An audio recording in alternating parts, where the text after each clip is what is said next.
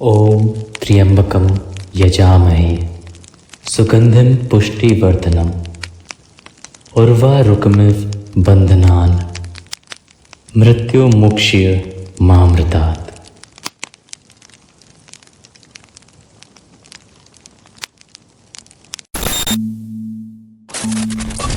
साल 1926 जब दो ब्रिटिश माउंटेन क्लाइंबर्स ह्यू रटलेज और आर.सी. विल्सन कैलाश पर्वत पे चढ़ने की कोशिश करते हैं। रटलेज कैलाश पर्वत के नॉर्थ फेस, जो लगभग 6000 मीटर या 20,000 फीट ऊंचा था, को स्टडी करते हुए आगे बढ़ते हैं और नॉर्थ ईस्ट साइड से चढ़ने लगते हैं। लेकिन थोड़ी सी चढ़ाई करने के बाद ही तापमान में गिरावट आने के चलते वहां काफी धुंध हो जाती है और उनके पास अपने बेस कैंप लौटने के अलावा और कोई ऑप्शन नहीं बचता। दूसरी ओर कर्नल आर.सी. विल्सन अपने शेरपा स्टेन के साथ कैलाश के साउथ वेस्ट साइड को एक्सप्लोर करते हैं, जहां उन्हें एक रास्ता दिखता है, जिसे देख के शेरपा स्टेन उन्हें बताते हैं कि इस तरफ से कैलाश की चढ़ाई करना पॉसिबल है, और इसी के साथ वो लोग पर्वत पर चढ़ने की कोशिश करना शुरू कर देते हैं। लेकिन उसी वक्त अचानक मौसम में हैरत अंगेज तरीके से बदलाव आता है और वहां अचानक तेज बर्फबारी और जोरदार हवाएं चलने लगती है, जिस कारण उन लोगों के लिए आगे बढ़ना मुश्किल हो जाता है और वो भी वापस लौट जाते हैं। साल 1936 एक ऑस्ट्रियन माउंटेन क्लाइंबर हर्बर्ट टिची, जो कैलाश पर्वत पे चढ़ने की इच्छा लिए इंग्री के गरपॉन से पूछताछ करते हैं कि कैलाश पर्वत पे चढ़ना पॉसिबल है या नहीं, जिसके जवाब में गरपॉन बताते हैं कि केवल वह व्यक्ति जो पूरी तरह से पाप मुक्त है वह कैलाश पर चढ़ सकता है और उसे वास्तव में पहाड़ की चोटी तक पहुंचने के लिए चढ़ने की आवश्यकता नहीं होगी, बल्कि वो बस अपने को एक पक्षी में बदलकर शिखर की ओर उड़ जाएगा।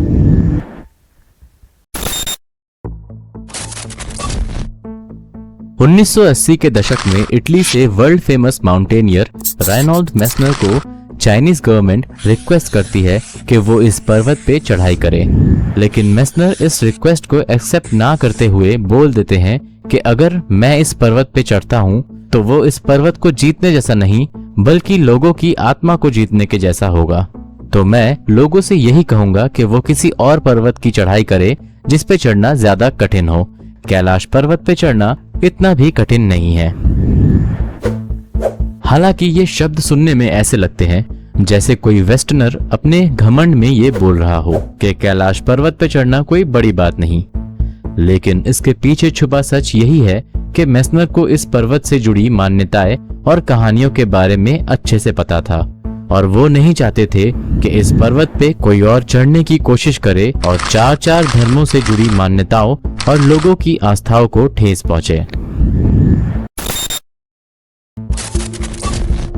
सर्गी सिस्याकोव नामक एक पर्वतारोही जो साल 2007 में कैलाश पे चढ़ने की कोशिश करता है, लेकिन उसे भी इस काम में सफलता नहीं मिलती और वो बताता है कि जैसे ही वो कैलाश पर्वत के पास पहुंचा, वो बहुत कमजोर, थका हुआ और डरा हुआ फील करने लगा और उसे लगने लगा कि उसे इस पर्वत पे नहीं चढ़ना चाहिए। और फिर जैसे ही उसने वापस लौटना शुरू किया, वैसे ही उसे एक लिबरेशन या मुक्ति का अनुभव होने लगा।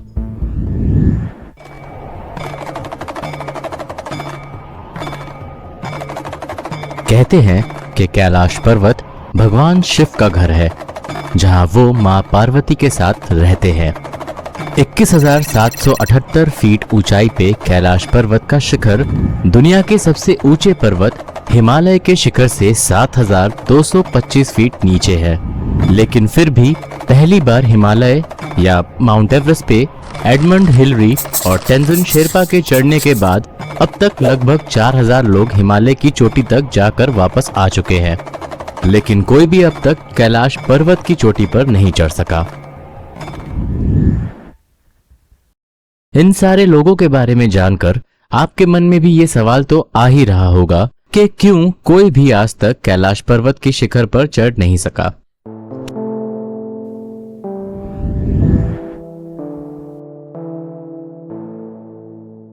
कैलाश पर्वत सिर्फ सनातन धर्म में ही महत्वपूर्ण नहीं, बल्कि इसे तिब्बतन बुद्धिज्म, जैनिज्म और बॉन रिलीजन में भी बहुत स्पिरिचुअल और इम्पोर्टेंट प्लेस माना जाता है।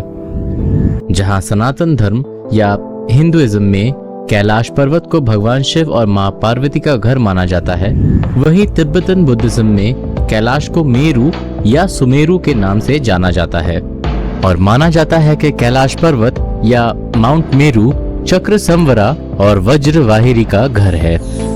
तिब्बतन बुद्धिज्म में भगवान बुद्ध को ही चक्र संवरा या खोरलो देमचोक माना जाता है, जो सुप्रीम हार्मनी और ब्लिसफुलनेस को रिप्रेजेंट करते हैं। बौद्ध धर्म, जिसे तिब्बत में बुद्धिज्म के स्प्रेड होने से पहले फॉलो किया जाता था, उसमें भी इस पर्वत की बहुत इंपॉर्टेंस है। बौद्ध धर्म को स्थापित करने वाले तोन्पा शेनरप मिवोचे कैलाश में ही रहते हैं। बॉनपोज मानते हैं कि ये पर्वत actually centre of the world है और एक गेटवे है स्पिरिचुअल रेल्म या आध्यात्मिक दुनिया का। साल 1999 रशिया की एक एक्सपीडिशन टीम तिब्बत में कैलाश रीजन के आसपास रिसर्च करने आती है, जिसे लीड कर रहे थे डॉक्टर अर्न्स्ट मुल्दाशेव। लगातार 1 महीने से भी ज्यादा वक्त तक रिसर्च करते हुए और वहां के लोकल लोगों और तिब्बती मॉन्क्स से बात करते हुए डॉक्टर अर्न्स्ट मुल्दाशेव और उनकी टीम ने अपनी एक थियरी बनाई, जिसके हिसाब से माउंट कैलाश एक्चुअली एक पर्वत नहीं बल्कि दुनिया का सबसे बड़ा मैन मेड या मानव निर्मित पिरामिड है और कैलाश के आसपास कई सारे छोटे बड़े पिरामिड्स और भी हैं जो एक तरह का जाल बनाते हैं किसी संचार या किसी ब्रॉडकास्टिंग को चलाने के लिए। उनके मुताबिक कैलाश पर्वत न सिर्फ धरती का केंद्र है बल्कि दुनिया की बाकी पिरामिड्स जैसे गीजा के पिरामिड्स और तियोतिहुआकान से जुड़ा भी हुआ है और संसार को चलाता है।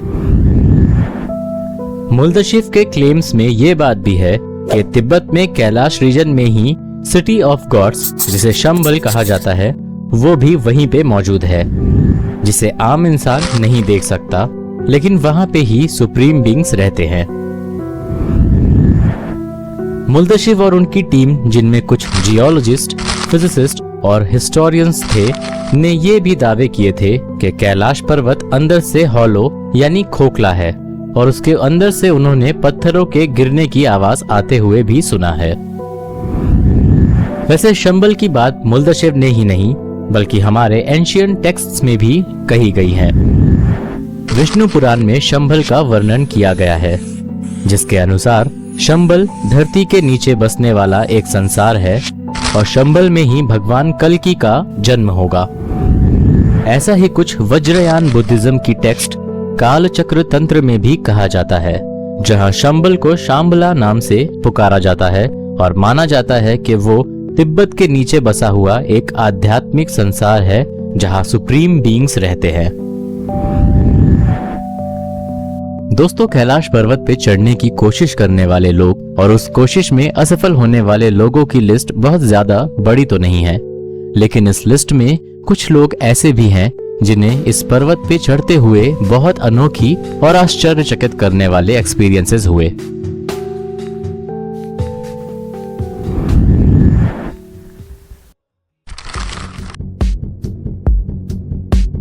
माना जाता है कि अमेरिका से आया हुआ एक माउंटेनियर्स का ग्रुप था जिन्होंने पर्वत पे चढ़ाई करने की कोशिश की, लेकिन वो ऐसा कर नहीं सके क्योंकि पर्वत पे चढ़ते हुए उन्होंने असाधारण तरीके से हैवी स्नोफॉल और क्लाइमेट चेंज को एक्सपीरियंस किया और फिर जब वो पर्वत से नीचे उतरे तो उनकी तबीयत बिगड़ने लगी और अपने घर लौटने के बाद उन सभी की 2 सालों के अंदर मृत्यु हो गई और उनकी बॉडीज की जांच करने पे पाया गया कि वो सभी ऑर्गन फेलियर्स की वजह से मारे गए, जैसे ओल्ड एज में या बूढ़े हो जाने के बाद एक इंसान के साथ होता है। कई सारे माउंटेनियर्स का ये भी कहना था कि कैलाश पर्वत पे चढ़ते हुए उन्होंने उनके बाल और नाखून असाधारण ढंग से बढ़ते हुए महसूस किए, जो मात्र 12 घंटों में इतना बढ़ गए जितना 2 हफ्तों में बढ़ते हैं।